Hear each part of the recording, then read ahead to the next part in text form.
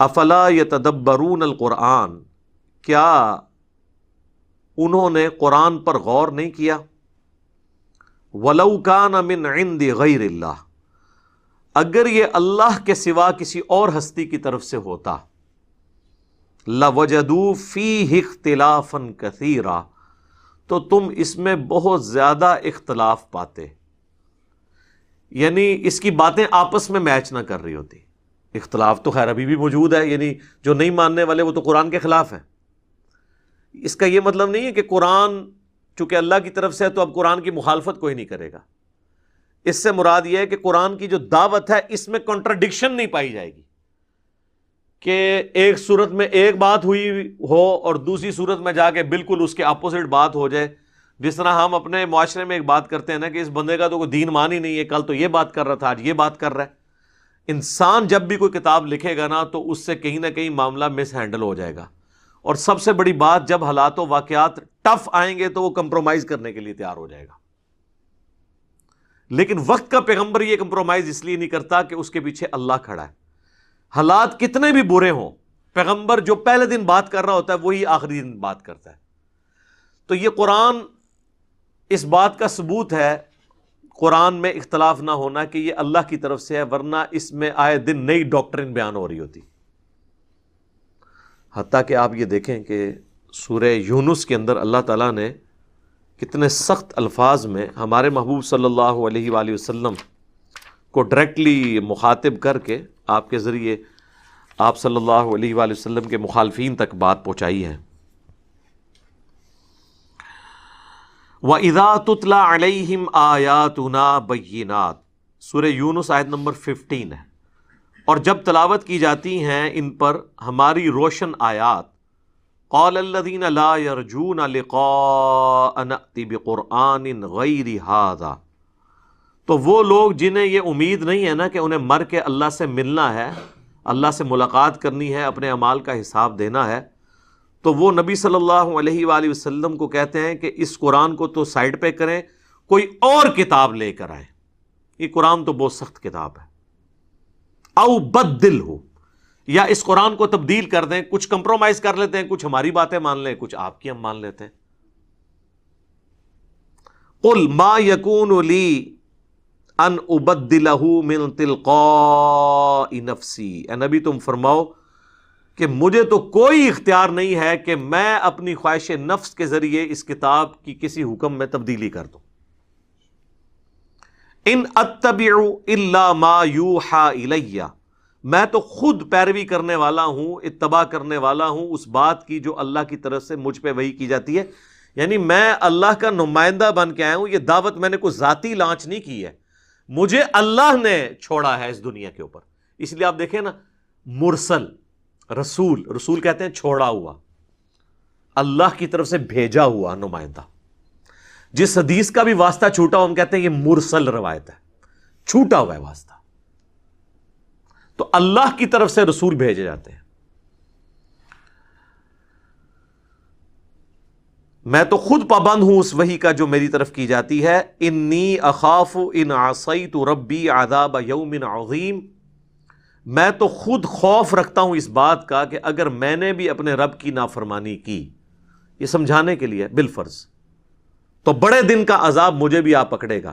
جب میں خود ڈرتا ہوں کہ میں قرآن کی تعلیمات کے خلاف نہیں چل سکتا، تو تم مجھ سے کیسے یہ ڈیمانڈ کر سکتے ہو کہ میں تمہارے کہنے کے اوپر اس کتاب کو بدل دوں؟ یعنی یہ کتاب میں نے خود تو لکھی ہے، میں نے تو پلان نہیں کیا کہ میں یہ کروں گا اور یہ اس کا رزلٹ نکلے گا، تو اب میں اسٹریٹجی تھوڑی چینج کر لوں، جسے آج کل ماڈرن دور میں کہتے ہیں کہ یو ٹرن لے لوں۔ تو میرے تو اختیار میں کچھ بھی نہیں ہے۔ قل لو شاء اللہ ما تلوتہ علیکم، اے نبی تم فرماؤ کہ اگر اللہ ہی چاہتا نا تو میں کبھی تم پر یہ تلاوت نہ کرتا، یعنی میرا تو کوئی اختیار ہی نہیں ہے، اللہ نے مجھے پیغمبر چنا، میرے ذریعے قرآن تم تک پہنچایا، اگر اللہ کی یہ مرضی نہ ہوتی نہ میں پیغمبر ہوتا، نہ یہ کتاب نازل ہوتی، یعنی میری اب کوئی لینا دینا نہیں اس مسئلے میں، میں تو من و ان جو چیز مجھ پہ نازل ہوئی ہے میں نے تمہارے تک پہنچانی ہے۔ اسی کو کہا گیا نا کہ ما ضل صاحبکم وما غوا وما ينطق عن الهوى ان هو الا وحی یوحى، نبی صلی اللہ علیہ وآلہ وسلم نہ کبھی بہکے ہیں نہ کبھی بے راہ چلے ہیں. وما ينطق عن الهوى، یہ ہوائے نفس سے، اپنی خواہش سے کچھ نہیں کہتے. ان ہوا الا وحی یوحا، یہ وہ کہتے ہیں جو اللہ ان پر وحی کرتا ہے. ولا ادراکم بہ، اور نہ ہی تمہیں اس کا ادراک ہوتا کہ اللہ کی یہ کتاب ہے، اس کی یہ شریعت ہے، اگر اللہ ہی نہ چاہتا. فقد لبثت فیکم عمرا، تو ذرا غور تو کرو کہ میں نے اپنی عمر کا اتنا حصہ تم میں گزارا ہے. من قبلی، اس اعلان نبوت سے پہلے. افلا تعقلون، کیا ابھی بھی تمہیں عقل نہیں آتی کہ میری 40 سالہ زندگی سچائی پر مبنی زندگی اس بات پر گواہ ہے، تم نے کبھی میرے اندر کوئی ایسی خواہش دیکھی کہ میں پلان کر رہا ہوں کہ مستقبل میں یہ جا کے کر دوں گا، یا میں نے کسی شاعر کی شاگردگی اختیار کی ہوتی، کسی فلاسفر کا میں اسٹوڈنٹ ہوتا اور میں پلاننگ کر رہا ہوتا کہ جب میری عمر 40 سال ہوگی تو میں بھی ایک کلام لکھ کے لوگوں کو بتاؤں گا، اور میں اتنی محنت سے اتنے سالوں سے ایک کلام تیار کر رہا تھا. میری زندگی تو ایک کھلی کتاب کی طرح تمہارے سامنے ہے. بھیڑ بکریاں میں چراتا تھا، اس کے بعد تجارت کرتا تھا. اچانک مجھے کیا ہو گیا چند دنوں کے اندر ہی. تو یہ میری عمر کا ایک حصہ جو تم میں گزرا ہے، یہ اس بات پر گواہی دے رہا ہے کہ یہ جو اتنا غیر معمولی کلام میرے پہ نازل ہوا ہے، یہ میں نے خود نہیں لکھا، یہ اللہ کی طرف سے مجھ پہ وحی کیا گیا. تو اب اگر یہ اللہ کی طرف سے وحی ہوا ہے تو پھر کیا ہے؟ فَمَنْ أَظْلَمُ مِمَّنِ افْتَرَىٰ عَلَى اللَّهِ كَذِبًا، تو اس سے بڑھ کر ظالم کون ہوگا جو اللہ پر جھوٹ باندھے، یعنی وہ پیغمبر نہیں ہے اور وہ دعویٰ پیغمبری کرے. تو سب سے بڑا گناہگار تو وہ ہوگا. یعنی نبی علیہ السلام اپنے بارے میں بات کر رہے ہیں کہ نعوذ باللہ اگر میں پیغمبر نہیں ہوں تو مجھ سے بڑا کوئی گناہگار نہیں ہے، لیکن ایسا نہیں ہے. تو دوسرا کیس ہے او کذب بآیاتی، تو اگر میں پیغمبر ہوں تو اس سے بڑا ظالم کوئی نہیں ہوگا کہ جو اللہ کی آیات کو جھٹلا دے، مجھے پیغمبر ماننے سے انکار کرتے. تو میں تو نہیں ہوں، تو سب سے بڑے ظالم تم ہو. انہ لا یفلح المجرمون، بے شک وہ اللہ فلاح نہیں دیتا ان لوگوں کو جو جرم کرنے پر تلے ہوئے ہیں، یعنی ان کو سچائی پتہ بھی چل گئی ہے تب بھی ہٹ درمی پہ ہیں، بات ماننے کے لیے تیار نہیں ہے. اب چونکہ وہ بات ماننے کے لیے تیار نہیں ہے تو اللہ تعالیٰ ان کو ہدایت نہیں دے گا. یہ تو بات طے ہے سیدھی سی. تو یہی بات ہو رہی ہے یہاں سورہ النساء کی آیت نمبر 82 میں کہ قرآن پر غور کرو، اگر یہ اللہ کے سوا کسی اور طرف سے ہوتا تو تم اس میں اختلاف کثیر پاتے. لہٰذا یہ اکثر جو علماء قرآن سے دور کرنے کے لیے کہتے ہیں نا کہ جی وہ قرآن کو کی تفسیر کے لیے، اسے سمجھنے کے لیے 15 علوم چاہیے، اور وہ 15 علوم انہیں خود بھی نہیں آتے ہوتے، بس صرف نام ہی وہ بیان کر رہے ہوتے ہیں. ان میں سے ایک علم تو میں وثوق سے کہتا ہوں انہیں نہیں آتا، وہ سائنس کا علم ہے جو قرآن کی 1000 آیات کا کم از کم ریلیٹڈ ہے علم. اور جن لوگوں کی تفسیریں وہ ہمیں پڑھنے کے لیے کہہ رہے ہوتے ہیں ان کو بھی سائنس نہیں آتی. تو پھر یہ دعویٰ کیا کر رہے ہیں؟ قرآن کتاب نصیحت ہے، اور نصیحت ایک عام آدمی کو بھی سمجھ آئے گی، ایک پڑھے لکھے کو بھی سمجھ آئے گی. یہ ہدایت ہے انسانیت کے لیے. باقی اس کی تفصیلات میں آپ جتنا مرضی جائیں، یعنی اگر اللہ تعالیٰ کہتا ہے کہ زمین و آسمان پر غور و تفکر کرو کہ ہم نے انہیں پیدا کیا، اچھا اب اس کے غور و تفکر میں تو آپ پوری اسٹرانومی آ جائے گی، لیکن ایک عام آدمی کے لیے ہی کافی ہے کہ جب وہ زمین و آسمان کو دیکھتا ہے، ان قدرتوں کو، تو کہتا ہے کہ اس کو کسی نے بنایا ہے، اور وہ اس سے امپریس ہو جاتا ہے، بس اس نے ہدایت حاصل کر لی.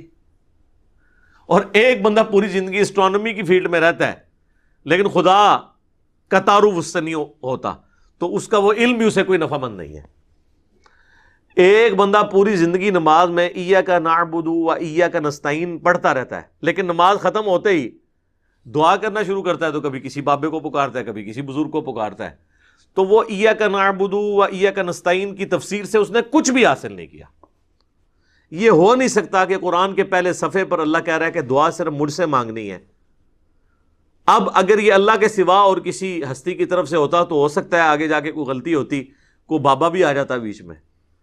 قرآن میں آلموسٹ 40+ دعائیں ہیں جو انبیاء کی، اللہ کے نیک بندوں کی رپورٹ ہوئی ہیں، وہ سب کی سب دعائیں ربنا کے ساتھ ہیں. اللہم کے ساتھ ہے، کوئی بابا نہیں ہے اس میں، کوئی بزرگ نہیں ہے. یعنی پہلے صفحے پہ اگر یہ بات ہوئی ہے نا کہ اللہ سے دعا مانگنی ہے، پورا قرآن اس کے اوپر شاہد ہے کہ اللہ سے ہی مانگنی ہے. اور پھر بھی کسی کو یقین نہ آئے تو سورہ نمل کی آیت نمبر 62 تو بالکل کھول کے فلسفہ بیان کرتی ہے. اَمَّن يُجِيبُ الْمُضْطَرَّ إِذَا دَعَاهُ، بھلا بتاؤ تو کون ہے جو اضطراب میں گھرے ہوئی فریاد کرنے والے شخص کی فریاد کو سنتا ہے. وَيَكْشِفُ السُّوءَ، اور اس سے اس کی تکلیف دور کر دیتا ہے. وَيَجْعَلُكُمْ خُلَفَاءَ الْأَرْضِ، اور تمہیں خلیفہ کرتا ہے اگلوں کا اس زمین پر. یعنی تمہارے ماں باپ کے مرنے کے بعد تم، تمہارے مرنے کے بعد ان کی اولاد، ان کے مرنے کے بعد ان کی اولاد، یوں قیامت تک ایک اللہ ہی زندہ ہے، باقی سب مرتے جا رہے ہیں، اور اللہ اپنی زمین کا وارث نسل در نسل لوگوں کو کرتا جا رہا ہے. یہ اللہ نے اپنی شناخت کی ہے کہ ہے کوئی بابا اس طرح کا جسے موت نہ آئے اور وہ وارث کرتا چلا جائے. تو ساتھ پھر اللہ نے کہا اِلَٰهٌ مَّعَ اللَّهِ، کیا اللہ کے ساتھ اور الہ بھی ہے جو یہ کام کر سکے کہ فریاد رس کی تکلیف کو دور کر سکے. قلیلا ما تذکرون، بہت کم ہی تم نصیحت حاصل کرتے ہو. تو قرآن میں جو پہلے صفحے پہ بات ہوئی ہے آخری صفحے تک یہی بات چل رہی ہے. قرآن میں اختلاف نہیں ہے. تو یہ کہنا کہ قرآن کی آیات بظاہر ٹکراتی ہیں، وہ آپ کو ٹکراتی ہوئی نظر آ رہی ہوتی ہیں. اہل علم اور جو پڑھتے ہیں ان کے ہاں کوئی بھی چیز ٹکرا نہیں رہی ہوتی. وہ تو دنیا میں کہیں بھی آپ دو سٹیٹمنٹس لیں بظاہر آپ کو ٹکراتی نظر آئیں گی، لیکن جب دونوں کو بیک وقت دیکھیں گے تو اسے انگریزی میں کہا جاتا ہے آپٹیمل سولوشن، تو آپ کو نکل آئے گا. مثلاً اگر میں کہتا ہوں کہ ڈاک خانے میں صبح 9 سے لے کے 5 بجے تک بل جمع ہوتے ہیں اور آپ 1 مئی کو پہنچ گئے ہیں، تو 1 مئی والے دن جو ہے وہ چھٹی کا بھی دن نہیں ہے، سنڈے والا دن بھی نہیں ہے جو عام چھٹی ہوتی ہے، اور وہاں پہ ڈاک خانہ بند ہے، تو آپ یہ کہیں گے کہ جی میری سٹیٹمنٹ غلط نکلی ہے؟ نہیں، میری سٹیٹمنٹ تھی ادر دین سنڈے اور کوئی بھی گزٹڈ چھٹی کے. تو یہ دونوں باتیں بے وقت اپنی جگہ درست ہیں. بعض اوقات ایک بات کا ذکر کیا جاتا ہے ایک جگہ پہ، بعض اوقات دوسری جگہ کے اوپر، دونوں کو جمع کر کے بات ایک ہی نکلتی ہے. اس کی ایک واضح مثال آپ دیکھیں، جو میری ایک ویڈیو بھی اس کے اوپر ریکارڈ ہوئی، کیا یہودی اور عیسائی بھی جنت میں جائیں گے؟ وہ سورۃ البقرہ کی آیت نمبر 62 ہے، جو سورۃ الانعام میں بھی آئی ایک دوسری فارم میں، سورہ الحج کے اندر بھی آئی، کہ جو بھی یہودی ہیں، عیسائی ہیں یا سابی ہیں، ستارہ پرست نہیں، سابی ایک دین ابراہیمی کی بگڑی ہوئی شکل تھی، چاہے مسلمان ہیں، جو کوئی بھی اللہ اور یوم آخرت پر ایمان لے آئے تو قیامت والے دن نہ اسے خوف ہوگا نہ غم. تو اس آیت کو لوگوں نے مس یوز کیا کہ جی اس سے تو پتہ چلا ایمان بالرسالت ضروری نہیں ہے، کیونکہ یہاں تو آیا ہے کہ یہودی عیسائی بھی ہو اگر اللہ اور آخرت کو مان لے تو قیامت والے دن کامیاب ہو جائے گا. اور وہ یہ لے کے پھر آیت جو ہے نا وہ عجیب و غریب قسم کا پروپیگنڈا کرتے ہیں. تو ہم ان کو بتاتے ہیں کہ میرے بھائی یہ بات بالکل اپنی جگہ درست ہے، لیکن قرآن کو پوری ڈاکٹرن میں، فلسفے میں سمجھنا ہے. یہ بات جہاں سے آپ سورہ بقرہ کی آیت نمبر 62 کوٹ کر رہے ہیں، یہ بات جہاں سے تمہیدن سٹارٹ ہوئی تھی، وہ سٹارٹ ہی اس سے ہوئی تھی کہ اے یہودیو، سب سے پہلے تم کافر نہ بنو اس کتاب کے. تمہاری کتابوں میں تو پیغمبر آخر الزمان کی پروفیسیز موجود تھیں صلی اللہ علیہ وآلہ وسلم، قرآن کا ذکر تھا، سب سے پہلے تم ہی کافر بن گئے.